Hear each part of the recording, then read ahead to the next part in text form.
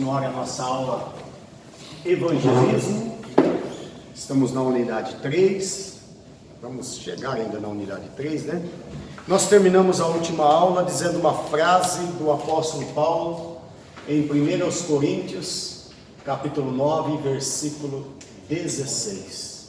Ele disse: ai de mim, se eu não pregar o Evangelho. É uma obrigação do crente pregar o Evangelho. E há pessoas, irmãos, que ele passam meses sem pregar o Evangelho, né? Meses. Ele passa ano sem ganhar uma alma para Jesus. Isso é um problema muito sério, né? É um problema muito sério, porque nós fomos chamados para isso, para pregar o Evangelho. Por isso que Paulo diz: ai de mim. A palavra ai é uma expressão de dor, né?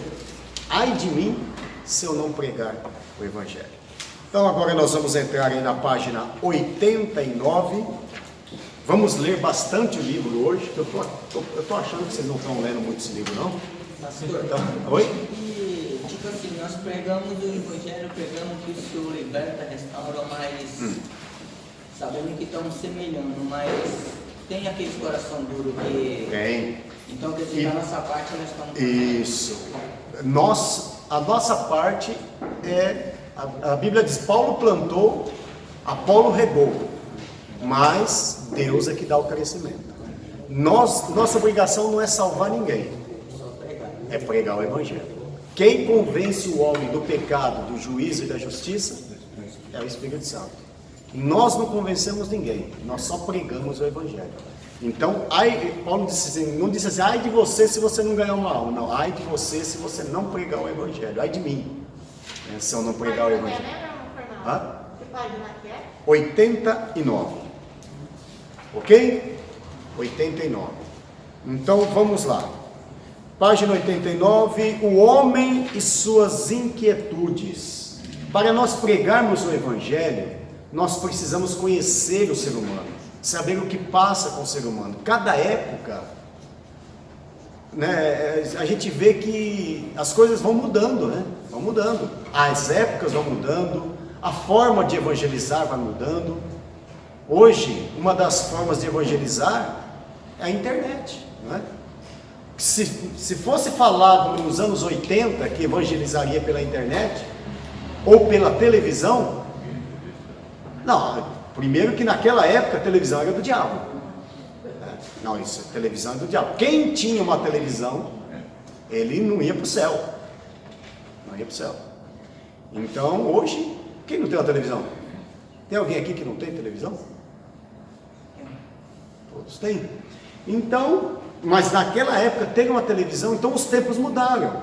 É como fazer comida. Antigamente se fazia comida na panela de barro, lembra? Fogão a lenha. Hoje se faz no micro-ondas. O que não pode mudar, a forma de você fazer a comida pode mudar. O que não pode mudar é a comida, é o tempero. Isso não pode mudar. Isso tem que continuar sendo o mesmo. O Evangelho tem que continuar sendo o mesmo Evangelho. Isso nós não podemos mudar. Ok? Então é necessário, é importante nós sabermos os dilemas, página 89, né? Os dilemas, as inquietudes do ser humano, para podermos saber como evangelizá-los. Ok? Vamos aí, ó, os dilemas humanos e suas variações, página 89. Acharam? Na caminhada da evangelização, não é incomum deparar-se com pessoas dos mais variados tipos, com mais variados dilemas. São dúvidas, incredulidades, desapontamentos, pessoas que passam por desapontamentos, né? Desconfiança em relação ao corpo de Cristo. Tem pessoas que são desconfiadas ou não são? Não, né? Descrença nos pastores. Estamos vivendo isso em nossa época? Infelizmente. E líderes, né? Entre tantos outros aspectos. Então nós temos que ver como nós vamos lidar com isso. Há os que confrontam os pregadores do Evangelho. Antigamente era difícil você ver isso, mas hoje é comum, né? principalmente pelas redes sociais, que confronta os pregadores do Evangelho por terem pensamentos errôneos acerca da pessoa de Deus, da fé e da salvação em Cristo. E insistem em argumentar e provar suas pseudo-teorias, desprovidas de fundamentos, rasas em teologia, mas que interferem mas refletem o quanto estão carentes do encontro com a genuína verdade. Por outro lado, considera-se importante reiterar que há aqueles que são bons argumentadores, que usam de falácias para convencer outros de seus raciocínios, dizer que seus raciocínios estão corretos. Desta forma, apresentarão posicionamentos e pontos de vista, até mesmo sobre a luz de algumas teorias e posicionamentos científicos, para tentar enfraquecer o discurso do evangelizador, destimulando-o assim a confrontar tais abordagens sobre o prisma da palavra de Deus. Por isso que nós temos que ter conhecimento bíblico, né? Eu falei aqui, eu acho que eu devo ter falado numa aula, por exemplo, um dia chegou um moço para mim e falou assim: pastor, eu vi ontem uma reportagem e falando que encontraram os restos de Jesus, e está comprovado que aqueles restos, pelo DNA, que era de Jesus. O que o senhor me fala? Eu falei: não, mas não, encontraram o resto de Jesus? Encontraram. Comprovaram cientificamente que era de Jesus? Eu falei: então é de Jesus. Se está comprovado que é de Jesus, é de Jesus. Ele falou: mas Jesus não ressuscitou ao terceiro dia? Ele falou: qual Jesus você está falando? Porque até na época que Jesus veio, já tinha aparecido mais de 500 Cristo. Tanto é que o Natanael já estava até... Não, vem ver, agora vem ver, já apareceu tanto Cristo aí. Não, mas esse é diferente, vem que eu vou te mostrar que esse é diferente. Então, irmãos, né, a ciência está aí, está tudo aí, mas nós temos a palavra de Deus, a nossa Bíblia, que é a nossa regra de fé, diz que ele morreu e ao terceiro dia ressuscitou, e ele está vivo e está aqui nesse curso nessa noite. Amém? Então, desta forma, apresentarão posicionamentos e pontos de vista, até mesmo sobre a luz de algumas teorias e posicionamentos científicos, para enfraquecer o discurso do evangelizador. Na parte de baixo, não se deve ignorar jamais que, geralmente, por detrás de um ser humano revoltado contra tudo e contra todos, há um coração ferido, precisando de cuidados e de amor. Para estes, a escuta e a atenção pode ser a porta de entrada para a transformação de Cristo, que Cristo deseja realizar. Portanto, acolher sem apontar o dedo, né? Tem gente que já vai com o dedo a riste, né? A pessoa já está ferida, já está machucada. Você trilhar sobre uma cana que já está caída, irmão, não faz sentido, né? A Bíblia, Isaías fala: que sentido faz você pisar sobre a cana que já está trilhado, ou apagar um pavio que já está fumegando, que não tem nem fogo mais? Não faz sentido, né? Então, o que eles precisam não é mais de julgamento, portanto, acolher sem apontar o dedo, sem julgamentos precipitados, são elementos essenciais para que as defesas conscientes ou inconscientes, caiam por terra e haja abertura para um novo tempo de restauração. Poder-se escrever uma obra toda apenas para tratar sobre essa temática. No entanto, por hora, serão elencados alguns tópicos, tá? Vamos passar alguns tópicos para o estudo e orientações que ajudarão no diálogo com a pessoa que carece de manifestação da graça de Cristo e de sua vida. Quais são? Quais são alguns dos argumentos da pessoa quando ele vai evangelizar? A pessoa vai dizer assim: não, todos os caminhos levam a Deus. Esse é um grande problema que a gente enfrenta. A pessoa acha que todo caminho leva a Deus, né? Todo caminho, o Sheixonoé é bom, o catolicismo também é bom, o espiritismo também é bom, e o evangelho também é bom. Todos os caminhos levam a Deus. Sempre quando você evangelizar, você precisa fazer o seguinte: você tem que perguntar para a pessoa: você crê na Bíblia? Você crê que a Bíblia é a palavra de Deus? Se ele disser que não, você tem que perguntar por quê.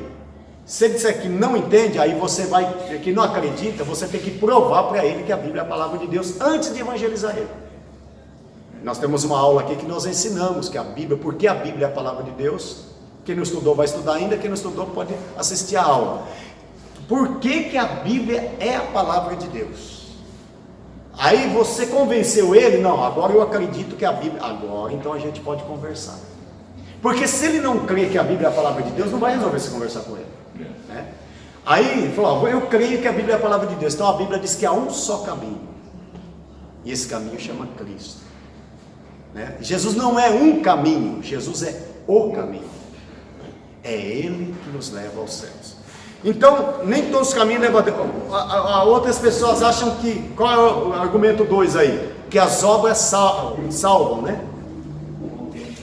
Acreditam que as obras salvam. A Bíblia fala que as nossas obras são como o quê? Trapos de imundícia. Né? E a Bíblia, as nossas obras, elas servirão para nos dar galardão, mas não para nos salvar. Não é porque você faz obras boas que você vai para o céu. Na verdade, nós só fazemos obras porque somos salvos e não para sermos salvos. Né? Quem é salvo, ele faz obras, mas não faz para se salvar. Os espíritas, por exemplo, acreditam que fazendo obras eles vão se salvar.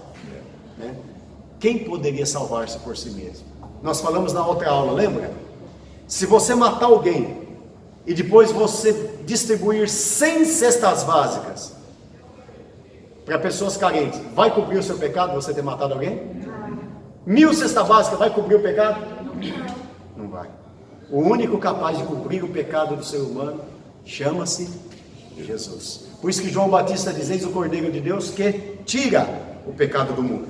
Terceiro ponto, que ele vai dizer aí, o importante é ter prazer e ser feliz. Né? Ser feliz, isso é o importante. Pessoas que acham que sendo feliz está bom.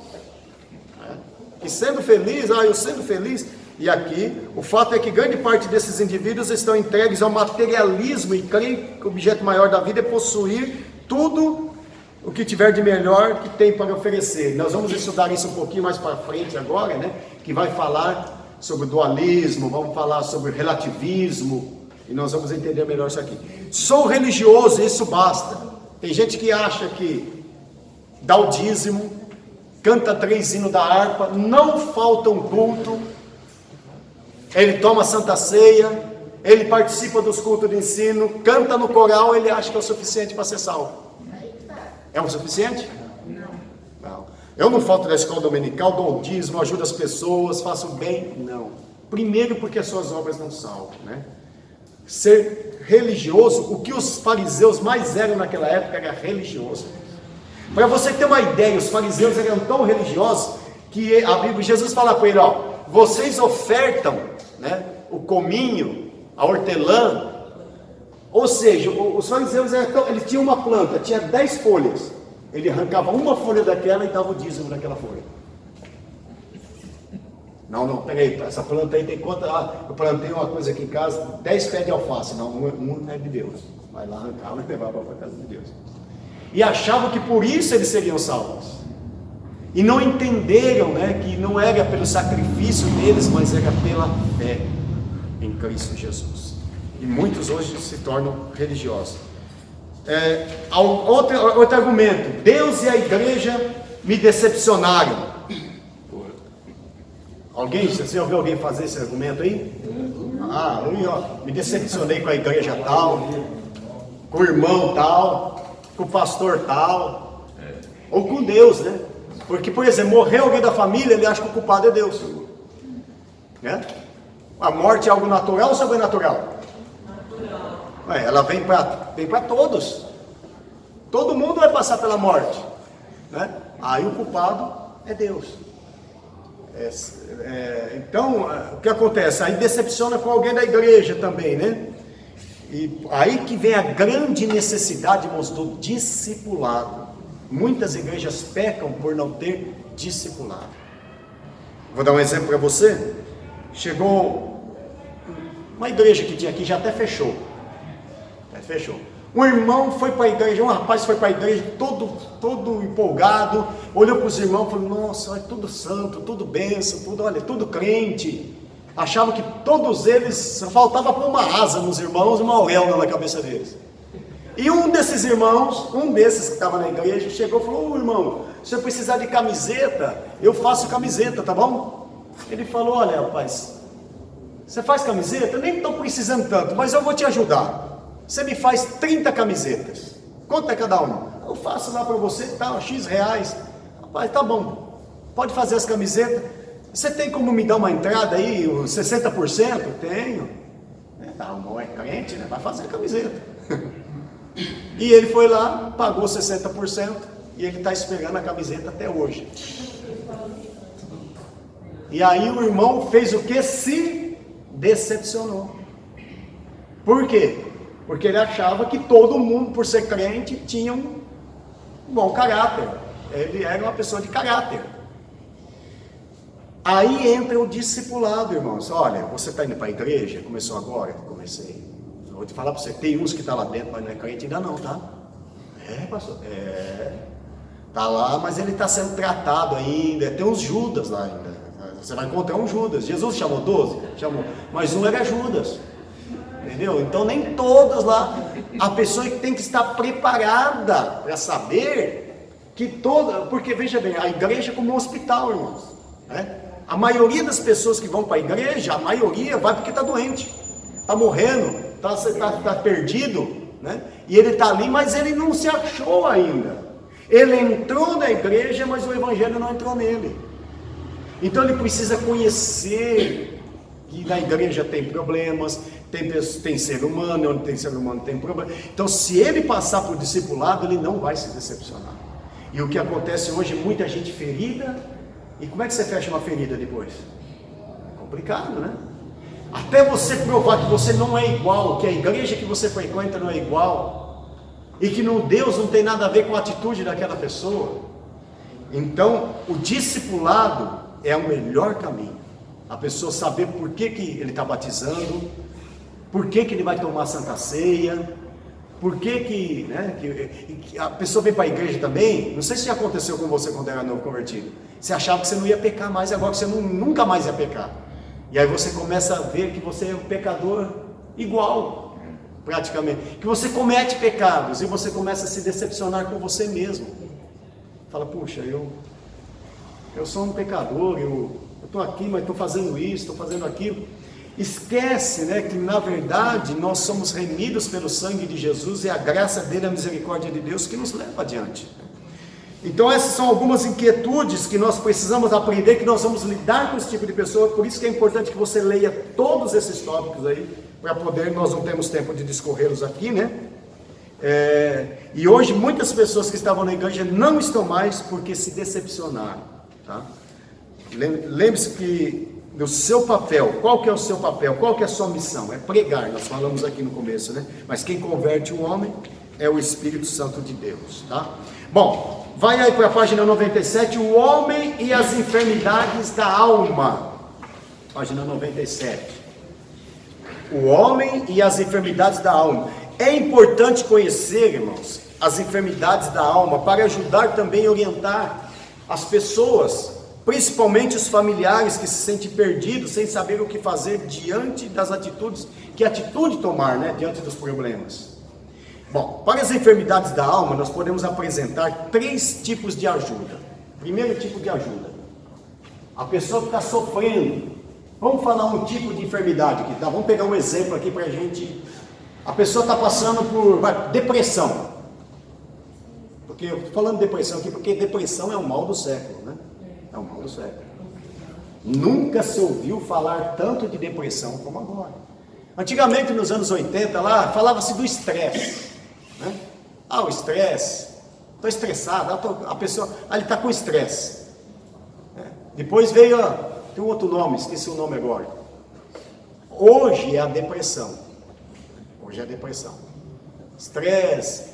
E a depressão, eu falo para vocês que eu recebo todo dia aí pessoas com depressão. Ou início de depressão, ou depressão profunda. E aí existem 3 tipos de ajuda. Qual é o primeiro tipo de ajuda? É a ajuda médica. Certo? Qual é o segundo tipo de ajuda? É a ajuda psicológica. Certo? E o terceiro tipo de ajuda? Espiritual.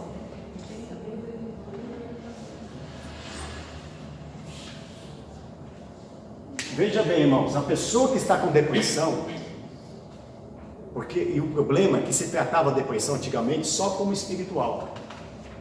Ele está endemoniado. Se a pessoa está em depressão, ou ele está endemoniado, ou ele não podia tomar remédio. Depressão é algo sério. É algo sério que precisa ser tratado. Já que nós estamos falando aqui, pegamos o caso da depressão, tá? Pegamos o caso da depressão. Nós temos que entender que existem 3 tipos de depressão. O doutor aqui pode me ajudar melhor aí, tá? A depressão, certo? Qual o primeiro tipo de depressão? Uma delas é a traumática, tá? Traumática.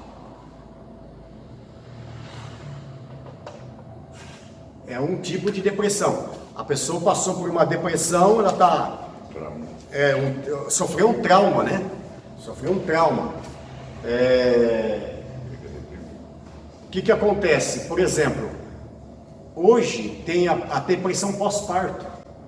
A pessoa toma, principalmente quando toma aquela RAC, não sei se está associado ou não, mas muitas pessoas após o parto é chamada de depressão pós-parto. Ela passa por depressão, ela não consegue nem cuidar do filho. Ontem mesmo eu vi um caso assim. Rejeita, né? Rejeita a criança, ela não quer saber da criança. E não desencadeia que não volta mais. Eu conheço pessoas que já estão tratando há 20 anos, na base de remédio. Tá? Então tem a depressão traumática, após parto, e tem a depressão espiritual também. Quando entra a depressão espiritual? Quando ele já passou pelo psicólogo, ele já passou pelo psiquiatra, e nenhum remédio conseguiu controlar. Eu já vi casos, por exemplo, de doenças, inclusive. Você já viu? Eu acredito que irmãos aqui já viram. A pessoa fez todo tipo de exame. Falando de doenças, todo tipo de exame. Fez tomografia. Um dia uma irmã chegou e falou: pastor, ela fez tomografia, tomou tudo. O médico não sabe nem o que fazer mais com ela. Eu falei: bom, quando termina os recursos humanos, então entra o recurso de Deus. Nós oramos por aquela irmã e a irmã ficou curada. Curada. Estava endemoniada,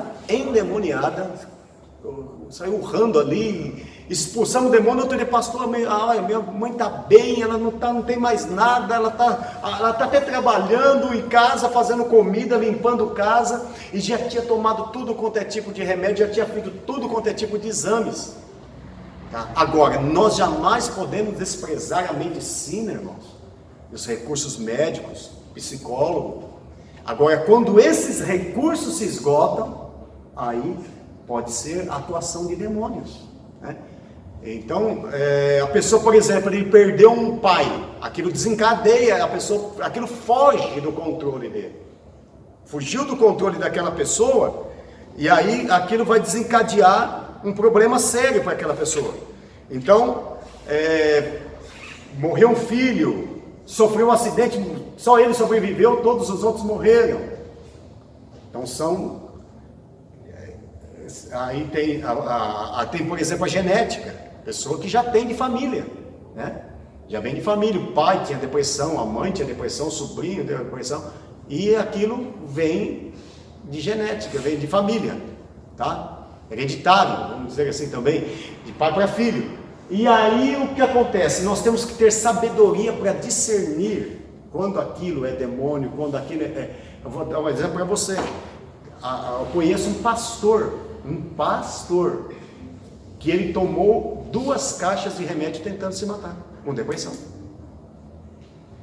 Quem já ouviu falar de pastor que se matou aí? Um monte. Hã? Principalmente atualmente, né? Hã? Principalmente atualmente. Atualmente, né?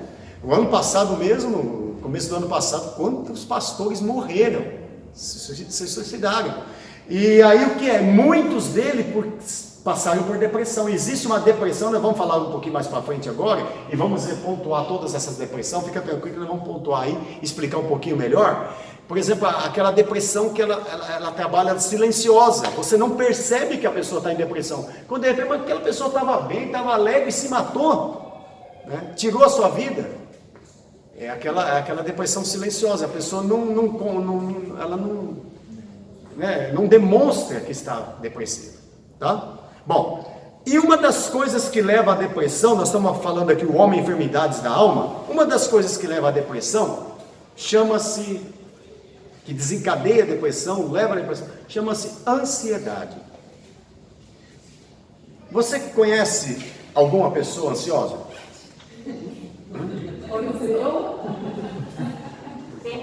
Deixa eu fazer uma pergunta, você já olhou no espelho alguma vez? Se você olhou no espelho, você já deve ter, então você deve conhecer uma pessoa ansiosa. Pastor Fernando, eu conheço um pastor que ele tem crise de ansiedade. E por causa dessa crise de ansiedade, a ansiedade, ele tratar com psicólogo. Isso. A ansiedade em si é bom. Em certa forma, ele é boa. Por exemplo, levanta de manhã e fala, estou ansioso para esse trabalho novo que eu vou fazer. É bom. Nossa, eu estou ansioso para ir lá para a igreja, limpar a igreja lá. É bom, né, pastor? A gente achava pessoas ansiosas. Agora, o problema é que nem o medo. O medo é bom. O medo é bom. Protetor. O problema é o excesso do medo. Ele é proteção. Por exemplo, se você não tem medo, você vai fazer uma curva 140 por hora. E o que vai acontecer? Tem um lugar lá, 30 metros de altura. Lá embaixo cheio de pedra. Vou pular, eu não tenho medo não, vou pular. Você bate a cabeça lá e morre. Aí fala, não, vou pular aí não, você tá doido? Se eu pular aí, eu vou cair no meio dessas pedras, eu vou morrer. Então o medo é bom. Agora, o problema é quando o medo foge do seu controle. A ansiedade, ela é boa. Agora, quando tem crises de ansiedade... Fica 1, 2, 3 dias sem dormir, ansioso. Síndrome do pânico. Síndrome do pânico. Porque o começo da ansiedade, irmãos, é o fim da fé. O começo da ansiedade é o fim da fé. Porque e eu vou dizer uma coisa, a ansiedade ela atinge todas as idades. Todas as idades, tá? A ansiedade ela é causada pelo pecado e pela falta de fé. Principalmente pela falta de fé, falta de confiança em Deus. E por isso que a Bíblia, ela vai tratar, Mateus capítulo de números 6, vai tratar, a Bíblia trata da ansiedade. Ela fala, e a ansiedade excessiva ela é inútil. Por que ela é inútil? Porque primeiro que ela não acrescenta nada, acrescenta. Segundo que ela não vai mudar o seu futuro, vai? Não vai. Você ficar ansioso não vai mudar o que vai acontecer amanhã. Porque a pessoa compra um negócio na internet e demora uma semana para chegar. Ele não come direito, não dorme direito, até chegar, por exemplo, o celular que ele comprou. Tem uma irmã que ela foi comigo para o Peru, e ela, 10 dias antes, ela falou, pastor, eu não consegui trabalhar mais. Eu não trabalhava, só pensava na viagem, arrumei minha mala 10 dias antes, e falei, mas... Porque a ansiedade, a noite anterior à viagem, ela não dormiu, né? A ansiedade de ir para a viagem. Então, aí eu lembro até um dia que eu cheguei aqui na loja e falei, pessoal, uma irmã chegou, 10 irmãos chegou 3 horas, ele falou, você não repara não que eu vou fazer minha mala? Você vai fazer a mala agora? Eu falei, não, vou fazer minha mala. Por que eu vou fazer minha mala 10 dias antes e vou fazer 3 horas antes? Aí, vai lá, arrumei minha mala, em meia hora arrumei minha mala ali, pus as minhas coisas dentro da mala, estava pronta. Né? Uma pessoa arrumou 10 dias antes, acertou. A ansiedade, né? E ela é inútil porque não acrescenta nada e rouba a nossa energia. Inclusive, a revista Seleção, já falei aqui que é uma das revistas mais conceituadas do mundo, diz que 90% da ansiedade, dos problemas que a gente tem aqui na nossa cabeça, eles não existem. A gente que forma eles dentro da nossa cabeça, né? E a primeira coisa que nós precisamos é tomar conhecimento da causa, que nós somos ansiosos. E que coisas que traz ansiedade? A Bíblia vai dizer assim, quanto ao comer, ao vestir, né? Ao beber, as coisas da vida. Aqui que a Bíblia fala que nós não devemos ficar ansiosos por coisa alguma, porque o Senhor cuida de nós. Ele cuida do lírio do campo, das aves dos céus, né? Não vai cuidar de nós? E a ansiedade, esse medo, ele tira a capacidade da gente raciocinar. A gente tira a nossa capacidade de raciocínio. E o segredo diante da ansiedade, o que é? Orarmos. E nós precisamos conhecer o efeito da ansiedade, porque ela enfraquece a nossa fé, enfraquece a nossa capacidade de crer, de acreditar. E o que nós precisamos ter é experimentar a cura da ansiedade, a atitude, né? Nós precisamos ter a atitude diante disso, experimentar a cura da ansiedade. E a cura da ansiedade é a fé. É acreditar e saber que Deus está no controle de tudo e viver um dia de cada vez. Sabemos viver um dia de cada vez. Até uma ilustração que um grande empresário chegou numa praia e viu um pescador, estava passando férias ali no hotel muito caro, e viu um pescador descendo com uma meia dúzia de peixe. O que ele fez? Foi lá, pôs o peixe lá na brasa, assou os peixes, deitou na rede, e ele viu que aquele pescador pegou aqueles peixes muito rápido, e pegou uma água de coco e começou a beber. Esse empresário falou: rapaz, você tem a faca e o queijo na mão e não sabe. Falei: como assim? Falei: eu vi que em menos de 20 minutos você pegou 7, 8 peixes. Se você se aplicar o dia inteiro, você vai conseguir pegar uma grande quantidade de peixes. Depois você vai abrir uma rede de peixaria. Depois você vai abrir uma distribuidora. Ele falou: mas para que fazer tudo isso? Porque aí depois, amanhã, você vai poder deitar numa rede, tomar uma água de coco, descansar. Mas isso eu já estou fazendo. Então, na verdade, irmãos, as pessoas que vivem preocupadas com o dia de amanhã, a Bíblia fala: basta cada dia o seu mal, né? E sabemos que Deus cuida de nós. A ansiedade é o resultado de nós olharmos para o problema, em vez de nós olharmos para Deus. E é o que a humanidade está fazendo hoje, né? A ansiedade, quando a pessoa fica ansiosa, a ansiedade ela enfia em nós as suas garras. Quando nós olhamos para o problema e mina as nossas forças, porque não deixa a gente enxergar que Deus continua no controle de tudo, tá? O crente, ele vive pela fé, tanto é que se você conseguisse, a gente quer resolver tudo sozinho, tem hora, quer ou não quer? Se você conseguisse resolver tudo sozinho, você não precisava de Deus, você seria autossuficiente. Por isso que você precisa de Deus, porque você não resolve tudo sozinho. Então, se é Deus que vai resolver, deixa Ele, só faz a sua parte e deixa na mão dele, e o resto Ele faz, tá? Porque aquilo que é maior que você, com certeza é menor do que o teu Deus, tá bom? Bom, e esse é um dos problemas hoje, irmãos, as pessoas vivem